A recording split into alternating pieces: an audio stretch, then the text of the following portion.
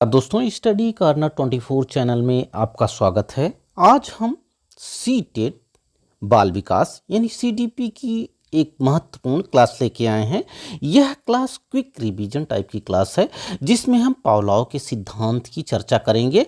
इसके पहले हम थॉर्नडाइक के सिद्धांत की चर्चा कर चुके हैं। आज हम चर्चा करेंगे पावलोव के सिद्धांत यानी अनुकूलित अनुक्रिया के सिद्धांत की चर्चा हम करेंगे। क्लास शुरू करने से पहले यदि आप हमारे चैनल पर नए हैं तो हमारे चैनल स्टडी कॉर्नर 24 को जरूर सब्सक्राइब करें। आइए देखते हैं पावलोव का सिद्धांत। इस सिद्धांत के प्रतिपादक इवान पी पावलोव नामक रूसी शारीरिक मनोवैज्ञानिक हैं। इस सिद्धांत का प्रतिपादन यानी जो पावलोव का सिद्धांत है, इवान पी पावलोव ने 1904 में किया। ये एक फिजियोलॉजिस्ट थे यानी शारीरिक मनोवैज्ञानिक थे। कहाँ के थे? रूस के थे। पावलोव कहाँ के मनोवैज्ञानिक थे? ये रूस के मनोवैज्ञानिक थे। ये फिजियोलॉजिस्ट यानी शारीरिक मनोवैज्ञानिक थे। इन्होंने अपना प्रयोग कुत्ते की लार ग्रंथियों पर किया। किस पे किया?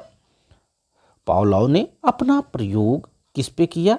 पावलोव ने अपना प्रयोग कुत्ते की लार ग्रंथियों पे किया। यह भी बहुत महत्वपूर्ण है। 1904 में इन्हें नोबेल पुरस्कार भी मिला यानी नोबेल प्राइज भी मिला।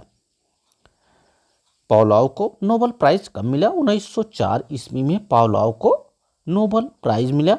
इन्होंने पाचन क्रिया पर शोध किया। किस पे शोध किया? पाचन क्रिया पर शोध किया। कहाँ के मनोवैज्ञानिक थे? रूस के मनोवैज्ञानिक थे।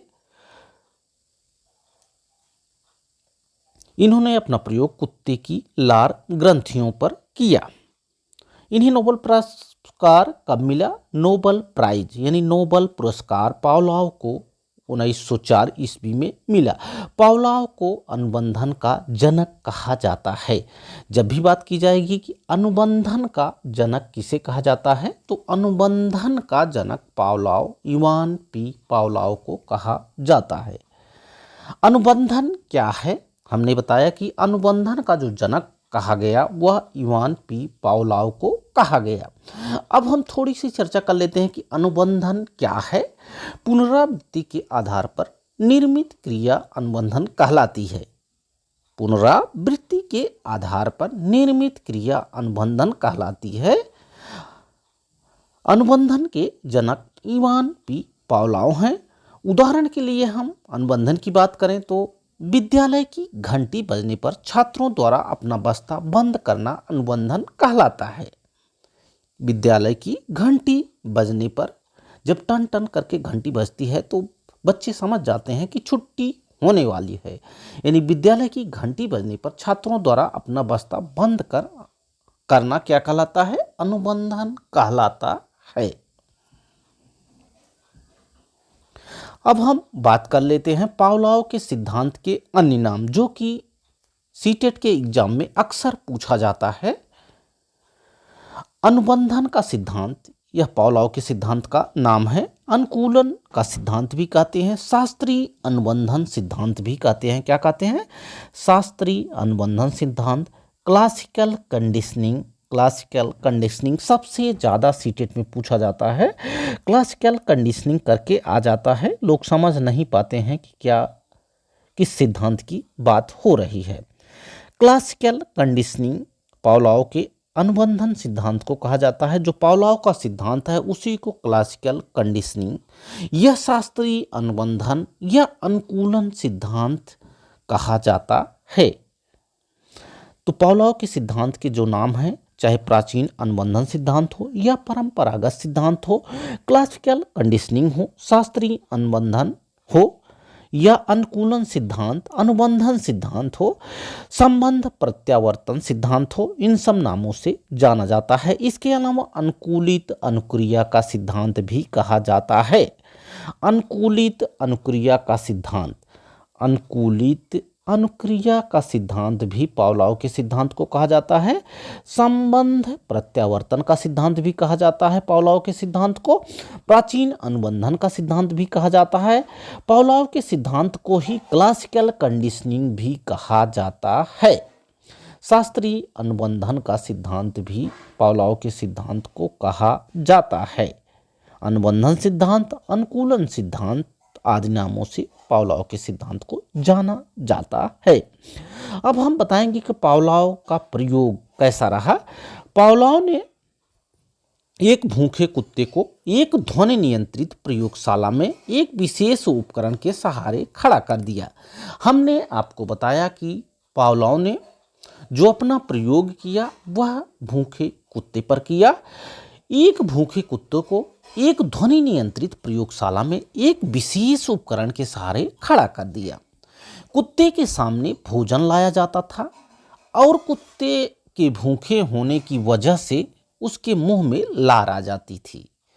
कुछ प्रयासों के बाद भोजन देने के पहले घंटी बजाई जाती थी। यह प्रक्रिया कुछ दिनों तक दोहराई गई, यानी पहले घंटी बजाई जाती थी, इसके बाद भोजन दिया जाता था।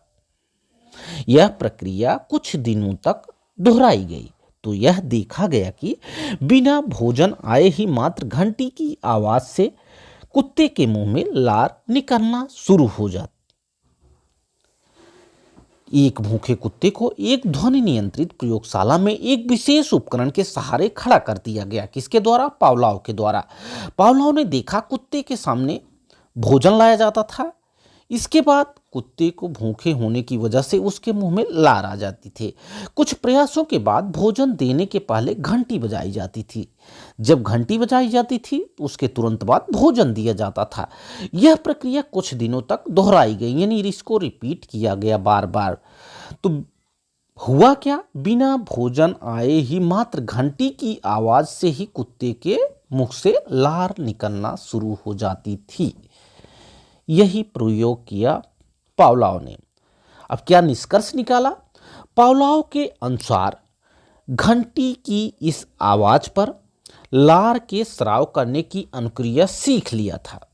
पावलोव के अनुसार कुत्ता घंटी की आवाज पर लार के स्राव करने की अनुक्रिया सीख लिया था, यानी घंटी बजाई जाती थी तो वह जान जाता था कि भोजन आने वाला है, तो उसकी लार टपकने लगती थी। ठीक उसी प्रकार जिस प्रकार से टन टन करके घंटी बजाई जाती है और बच्चा यह समझ जाता है कि घंटी किस प्रकार से बजाई गई, यदि उसे जल्दी जल्दी टन टन करके बजाई गई तो वह जान जाता है कि वह छुट्टी होने वाली है, तो वह अपने बस्ते को पैक कर लेता था।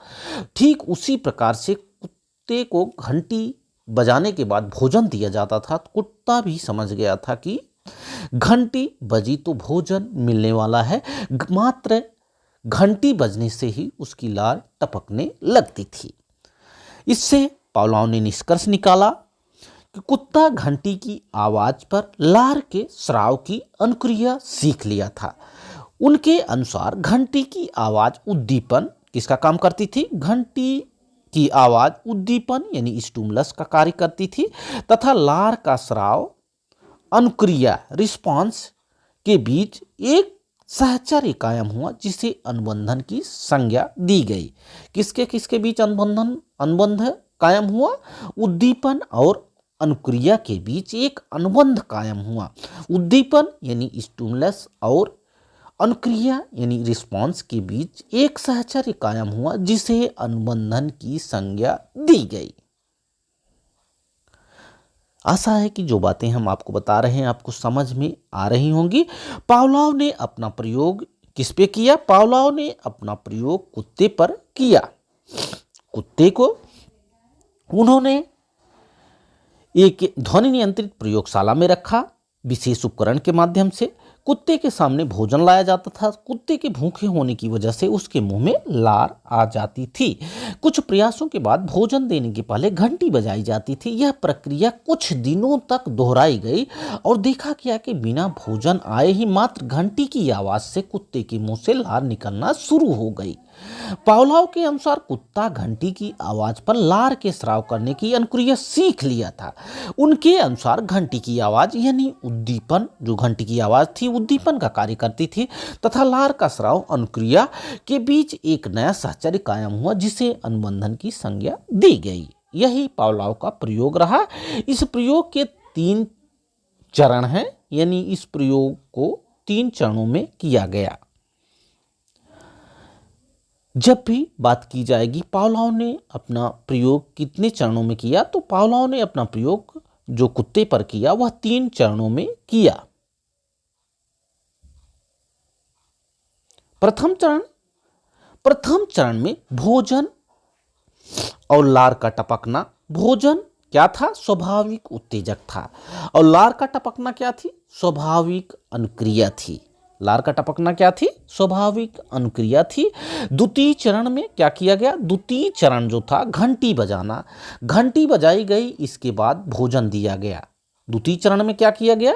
घंटी बजाई गई, इसके बाद भोजन दिया गया। तो इससे क्या हुआ? तो लार का टपकना शुरू हो गई, यानी कुत्ता यह समझ गया कि घंटी बज गई तो भोजन मिलने वाला है। पहली प्रक्रिया में क्या किया गया? भोजन दिया गया और लार का टपकना। दूसरे चरण में घंटी बजाई गई तब भोजन दिया गया। तीसरे चरण में क्या किया गया? घंटी बजाना यानी अस्वाभाविक उत्तेजक और लार का टपकना। मात्र घंटी बजाने से ही तीसरे चरण में कुत्ते के मुख से लार टपकना शुरू हो गई, यानी उसको भोजन नहीं दिया गया, केवल मात्र घंटी बजाने से ही उसके मुख से लार टपकने लगी, यानी वह समझ गया था कि घंटी बजी तो भोजन मिलने वाला है। आशा है कि आज की क्लास में जो बातें हमने आपको बताई आपको समझ में आई होंगी। क्लास अच्छी लगी हो तो क्लास को लाइक करें, शेयर करें तथा हमारे चैनल स्टडी कॉर्नर 24 को जरूर सब्सक्राइब करें। Thanks for watching this video. Thank you.